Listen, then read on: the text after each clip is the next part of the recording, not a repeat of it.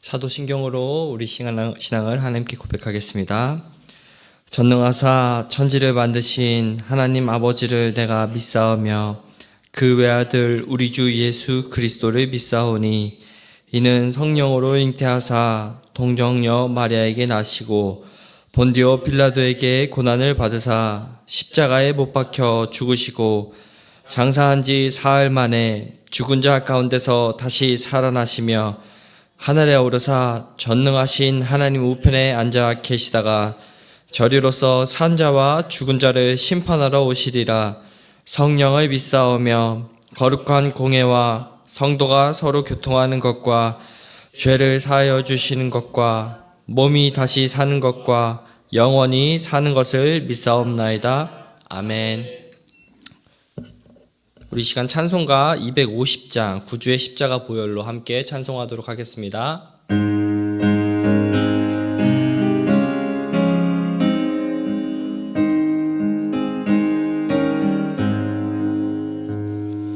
구주의 십자가 보혈로 죄 씻음 받기를 원하네. 내 죄를 씻으신 주 이름 찬송합시다. 찬송합시다. 찬송합시다. 내 죄를 씻으신 주 이름 찬송합시다. 죄악을 속하여 주신 주 내 속에 들어와 계시네. 십자가 앞에서 주 이름 찬송합시다. 찬송합시다. 찬송합시다. 내 죄를 씻으신 주 이름 찬송합시다. 주 앞에 흐르는 생명수 날 씻어 정하게 하시네. 내 기쁨 정성을 다하여 찬송합시다. 찬송합시다. 찬송합시다. 내 죄를 씻으신 주 이름 찬송합시다. 내 주께 회개한 영혼은 생명수 가운데 젖었네. 흠없고 순전한 주 이름 찬송합시다. 찬송합시다. 찬송합시다. 내 죄를 씻으신 주 이름 찬송합시다. 아멘. 오늘 함께 볼 하나님의 말씀은 창세기 49장 27절부터 33절 말씀입니다. 창세기 49장 27절부터 33절 구약성경 79페이지에 있습니다. 다 찾으신 줄 알고 한 절씩 교독을 읽고 마지막 33절을 같이 읽도록 하겠습니다. 베냐민은 물어뜯는 일이라 아침에는 빼앗은 것을 먹고 저녁에는 움킨 것을 나누리로다. 이들은 이스라엘의 12지파라. 이와 같이 그들의 아버지가 그들에게 말하고 그들에게 축복하였으니 곧 그들 각 사람의 분량대로 축복하였더라. 그가 그들에게 명하여 이르되 내가 내 조상들에게로 돌아가리니 나를 햇사람 에브론의 밭에 있는 굴에 우리 선조와 함께 장사하라. 이 굴은 가나안 땅 마므레 앞 막벨라 밭에 있는 것이라. 아브라함이 햇사람 에브론에게서 밭과 함께 사서 그의 매장지를 삼았으므로. 아브라함과 그의 아내 사라가 거기 장사되었고 이삭과 그의 아내 리브가도 거기 장사되었으며 나도 레아를 그곳에 장사하였노라. 이 밭에 거기 누굴 햇사람에게 산 것이냐. 함께 읽겠습니다. 야곱이 이들에게 명하기를 그 밭을 침상에게 보고 숨을 거두니 그의 백성에게 돌아갔더라. 아멘. 사람은 마지막 순간에 가장 중요한 말을 남깁니다. 유언은 단순한 작별 인사가 아닌 한 사람의 그 인생 전체를 압축한 그 신앙 고백입니다. 만약 오늘 내 인생을 마친다면은 나는 가족과 공동체에게 어떤 말을 남길 수 있을까요? 재산과 명예에 대한 말을 하겠습니까? 아니면 하나님께 대한 그 믿음을 말하겠습니까?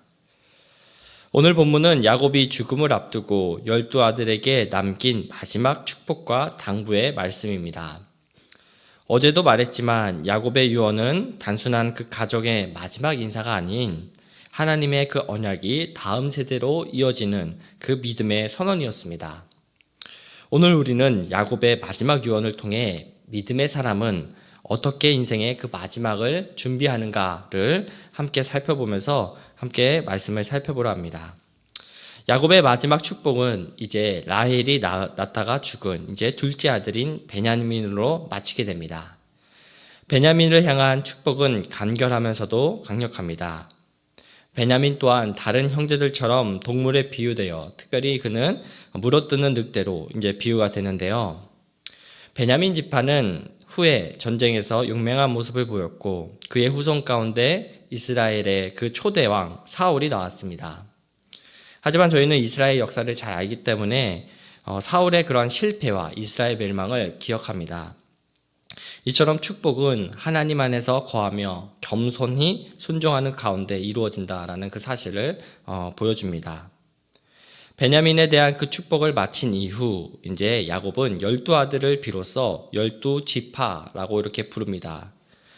성경에서 처음으로 이스라엘의 12지파라는 그 표현이 등장하게 된 겁니다.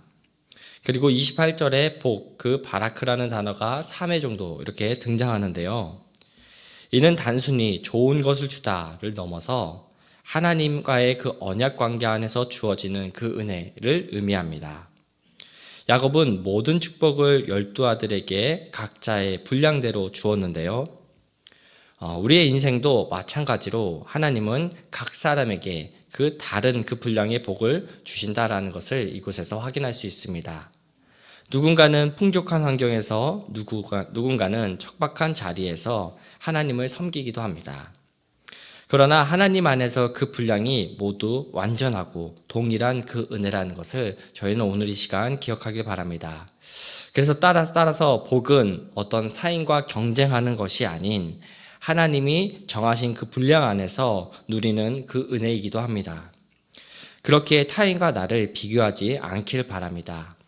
오늘도 하나님은 우리들이 있는 그 자리에서 동일한 그 은혜로 동일하게 역사하고 계시기 때문입니다. 야곱은 축복을 마친 이후에 자손들에게 이제 자신을 애굽 땅이 아닌 약속의 땅, 그 가나안에 장사할 것을 당부합니다. 그러면서 29절에서 30절 다음과 같이 말씀하였죠. 그가 그들에게 명하여 이르되 내가 내 조상들에게 돌아가리니 나를 햇사람 에브론의 밭에 있는 굴에 우리 선조와 함께 장사하라. 이 굴은 가나안 땅 마므레 앞 막벨라 밭에 있는 것이라. 아브라함이 햇사람 에브론에게서 밭과 함께 사서 그의 매장지를 삼았으므로. 야곱은 자신의 묘지를 이집트의 어떤 한 왕궁이 아닌 약속의 땅에 두고자 합니다. 이는 야곱이 임종하는 그 순간까지 하나님의 그 언약을 잊지 않았음을 저희는 확인할 수 있습니다.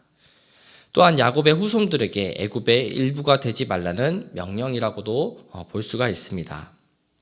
인간적인 그 시각으로는 하나님이 아브라함에게 주신 그 언약이 성취되는 그 과정은 야곱이 봤을 때는 초라해 보였을 수도 있습니다. 하나님은 아브라함에게 보이는 그 땅을 주시고 자손이 땅의 티끌처럼 번성하게 해주시겠다고 약속하셨지만 3대가 지나도록 언약의 잔소는 70명에 불과했고 차지한 땅이라고 하고는 햇사람 에브론에게서 산 막벨라 굴과 그 밭이 전부였습니다. 그러나 야곱은 눈에 보이는 그 현실보다는 보이지 않는 그 약속을 더 굳건히 믿었습니다. 그의 유언은 또 이렇게 말하는 것이기도 한 것 같습니다. 나는 세상의 영광보다 하나님의 그 약속을 믿는다라고 말이죠. 이것이 바로 세상 속에 살지만 세상에 속하지 않는 자의 삶의 그 고백입니다. 오늘 우리도 이 세상 속에서 부유와 안락함을 누릴 수 있지만 그 속에서도 여전히 우리는 하나님 나라 그 본향을 잊지 않는 그 신앙이 저희들에게도 필요한 겁니다. 야곱은 마지막으로 자신이 묻힐 그 가족의 무덤을 언급하면서 이렇게 말합니다. 31절 말씀입니다. 아브라함과 그의 아내 사라가 거기 장사되었고 이삭과 그의 아내 리브가도 거기 장사되었으며 나도 레아를 그곳에 장사하였노라. 여기서 주목할 점은 야곱이 레아를 그곳에 장사하였다라고 말하는 점입니다. 라헬은 베들레헴 그 길에서 장사되었지만 레아는 막벨라 굴에 장사되었던 사실은 사라와 리브가에 이어 레아가 이스라엘의 조상의 그 아내로서 특별한 위치를 차지하고 있음을 명시합니다. 레아는 한평생 사랑을 받지 못했던 여인이었지만 결국 언약궤보 안에서 포함된 이스라엘의 어머니로 남았습니다. 야곱은 이제 라헬이 아닌 레아를 언약의 아내로 인정합니다. 그의 젊은 시절에는 자신의 선택을 그는 따랐지만 이제는 그 하나님의 그 선택을 그는 받아들인 것입니다. 저희는 이곳에서 신앙이란 무엇인지를 보게 됩니다. 신앙은 내가 원하는 것을 얻는 그 과정이 아닌 하나님이 원하시는 뜻 앞에 내 뜻을 내려놓는 순종의 과정이라는 것입니다. 야곱은 가나안 땅을 유업으로 주시겠다는 하나님의 약속이 반드시 이루어질 것을 믿었습니다. 자기 깨와 욕심을 따라 파란만장할 그 살아온 야곱이었지만 인생의 끝자락에서 비로소 그 하나님의 약속을 바라본 것입니다. 모든 축복과 당부의 말을 마친 야곱은 이제 숨을 거둡니다. 히브리서 11장은 야곱의 믿음을 보면서 이렇게 평가합니다. 히브리서 11장 16절 말씀입니다. 그들이 이제는 더 나은 본향을 사모하니 곧 하늘에 있는 것이라. 이러므로 하나님이라 일컬음을 받으심을 부끄러워하지 아니하시고 그들을 위하여 한 성을 예비하셨느니라. 야곱이 막벨라굴을 바라보며 그 고백한 그 하나님 나라인 그 본향은 장차 오실 그 예수 그리스도 안에서 완전히 성취가 되었음을 저희는 예수 그리스도를 통해서 확인해 보게 됩니다. 그리스도께서 십자가에서 죽으시고 죽음을 이기시며 부활하심으로 우리를 위한 그 하나님 나라의 그 본향을 열어주셨기 때문입니다. 야곱이 조상들에게로 돌아가리라고 이렇게 말했듯이 믿음의 사람의 그 죽음은 끝이 아닌 본향으로 돌아가는 새로운 시작임을 저희는 오늘 말씀을 통해서 다시 한번 확인해 보게 됩니다. 야곱이 하나님께서 말씀하신 가나안 땅의 그 약속을 붙들고 바라보며 인생을 마쳤듯이 오늘날 저희는 예수 그리스도 안에서 완성된 그 하나님 나라의 그 본향을 붙들며 나아가는 그 언약 백성이 되길 추구합니다. 말씀을 맺겠습니다. 사랑하는 성도 여러분, 야곱은 인생의 그 마지막에 그 하나님의 그 언약을 붙들었습니다. 그는 죽음을 두려워하지 않았습니다. 왜냐하면 그가 믿는 하나님이 죽음 이후에도 약속을 성취하는 분이시기 때문을 알았기 때문입니다. 우리의 인생의 마지막에도 이 믿음이 있기를 바랍니다. 눈에 보이는 세상의 영광보다 보이지 않지만 영원한 그 하나님의 그 나라를 바라보며 사는 사람, 그가 바로 하나님 나라의 그 백성입니다. 믿음으로 시작하여 믿음으로 마치는 그 인생, 그것이 바로 하나님께서 기뻐하신 성도의 길입니다. 우리의 마지막 유언이 나는 하나님께 속한 사람입니다 라고 고백하며 그러한 인생으로 마치는 인생 되길 예수 그리스도의 이름으로 축복하며 기도합니다. 오늘 말씀을 갖고 세 가지를 기도하길 바랍니다. 먼저 첫 번째로는 세상의 영광보다 하나님의 그 약속을 붙드는 믿음의 사람이 되게 해달라고 기도하길 바랍니다. 두 번째로는 내가 원하는 길보다 주님의 뜻을 따르며 순종하는 그 인생 되게 해달라고 함께 기도하며 나아갔으면 좋겠습니다. 마지막 이교구 03요 다락방 기도 제목입니다. 바쁜 일상 속에서도 다락방 모이기를 즐거워하며 말씀과 기도로 서로 위로하고 하나 되는 은혜의 공동체가 되게 해달라고 우리 이 세 가지 기도 제목을 갖고 함께 기도하길 바랍니다. 다 같이 기도하겠습니다. 사랑하신 하나님 아버지 감사합니다. 오늘도 이 자리 가운데 나온 저희들 가운데 그 하나님의 약속을 붙드는 그런 인생이 되길 바랍니다. 하나님, 야곱이 정말로 인생의 그 마지막 순간에 그 하나님을 바라보며 하나님의 그 약속만을 바라보며 살아갔듯이 하나님 저희들 또한 동일하게 그 하나님의 언약을 바라보며 살아가는 인생 될 수 있도록 주님 저희들 가운데 함께하여 주시옵소서. 그래서 하나님 저희들이 이후에 우리 자손들에게 후손들에게 마지막 유언을 남길 때에 하나님께 속한 그 백성이 되길 바란다. 하나님께서 우리의 인생을 마지막까지 책임지시고 영원토록 보존해 준다라는 것을 정말로 자손들에게 후손들에게 다음 세대들에게 전하는 우리 모두가 될 수 있도록 주님 도와주시고 인도하여 주시옵소서. 세상의 풍파 속에서도 하나님을 향한 그 본향을 바라보는 그 믿음을 굳건하게 지킬 수 있도록 하나님 저희들 한 사람 한 사람 가운데 그 믿음을 더하여 주시옵소서. 그래서 하나님 저희들의 마음 가운데에 때로는 나의 삶 가운데 내가 원하는 것들이 이루어지지 않더라도 그 과정 가운데 정말로 하나님께서 인도하시는 그 삶이 더욱더 복된 인생이라는 것을 인정하면서 조금이라도 어린 시절에 조금이라도 젊은 시절에 그러한 것들을 인정하면서 살아가는 우리 모두가 될 수 있도록 주님 저희들 가운데 함께하여 주시옵소서. 하나님 다락방 가운데도 정말로 말씀과 기도로 날마다 함께하기를 소원하는 그 다락방 되게 하여 주시고 정말로